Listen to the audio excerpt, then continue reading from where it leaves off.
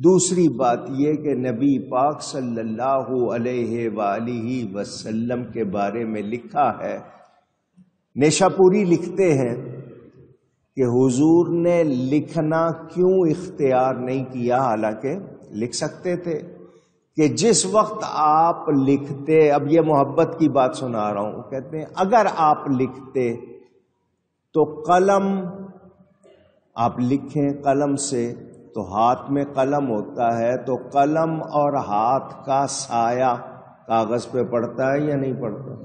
اونچی، تو اللہ تعالی کا نام لکھتے تو اس پر ہاتھ کا سایہ بھی پڑتا، قلم کا سایہ بھی پڑتا، تو اس کو ادب کے خلاف جانا۔ دیکھیں کمال سوچ، ہماری سوچ تو سطحی ہوتی ہے نا ایک خاص لیول تک، اللہ والے کہاں تک سوچتے ہیں؟ انہوں نے کہا حضور نے قلم اس لیے نہیں پکڑا اور ہاتھ میں قلم لے کے نہیں لکھا کہ جہاں لکھتے اللہ کا نام لکھتے تو اس پہ ہاتھ کا یا قلم کا سایہ آتا، تو اس کو بھی ادب کے خلاف سمجھا۔ وہ کہتے ہیں اللہ تعالیٰ نے جواب میں کیا فرمایا، اے میرے پیارے، اے میرے حبیب، اگر آپ نے اپنے ہاتھ اور قلم کے سائے کو میرے نام پر پڑھنا گوارا نہیں کیا تو میں بھی آپ کے لیے آپ کے غلاموں کو حکم دیتا ہوں کہ وہ آپ کے سامنے نہ اونچا بولے، اور آپ کا سایہ میں زمین پر پڑنے ہی نہیں دوں گا، تاکہ آپ کے سائے پر کسی کے قدم نہ پڑے اور آپ کی بے ادبی نہ۔ یہ محبت کی بات۔ سوچ آج ہم کیا کیا باتیں کر جاتے ہیں، اللہ والوں کی سوچ دیکھیں۔ حضرت علامہ اسماعیل حقی تفسیر روح البیان والے فرماتے ہیں، حضور کا سایہ اللہ نے نہیں بنایا، حضور کے جسم کا سایہ اونچی۔ وہ لکھتے ہیں کہ حضور خالص نور ہیں، خالص نور، اور نور کا سایہ نہیں ہوتا۔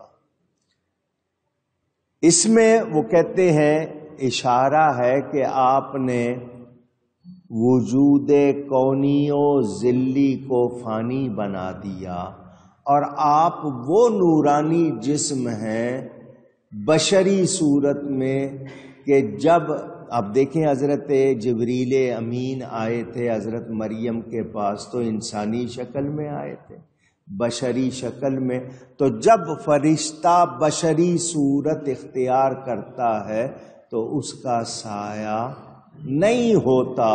ایسے ہی اب لکھنے والوں کو دیکھو، تذکرہ غوثیہ جو غوث علی شاہ قلندر پانی پتی کے حوالے سے ہے، اس میں یہ بات لکھی ہے، میں آپ کو محبت سے سنا رہا ہوں۔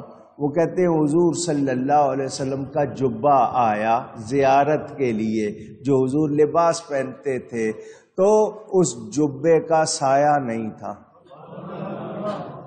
وہ کہتے ہیں وہ جبہ میں نے اپنے سر پہ رکھا تو میرا بھی سایہ نہیں تھا۔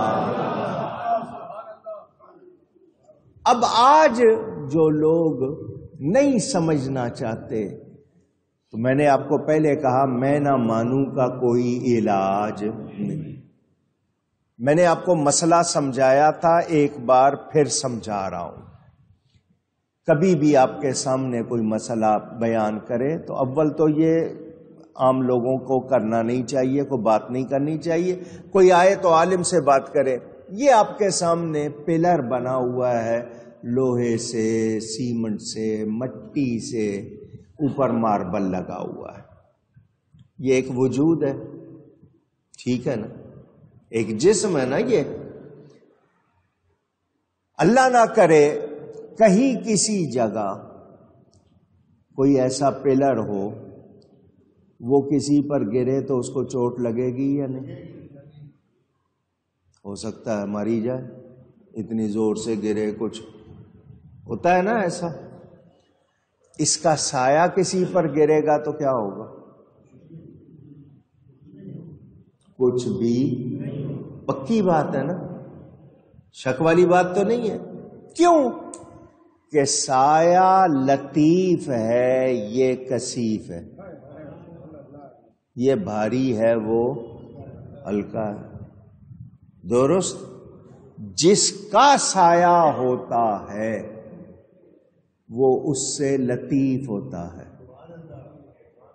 جس کا سایہ ہوگا، مثلا میرا سایہ ہے تو وہ مجھ سے لطیف ہوگا، ہلکا ہوگا. لطیف کے معنی سمجھانے کے لیے ہلکا کہہ رہا ہوں.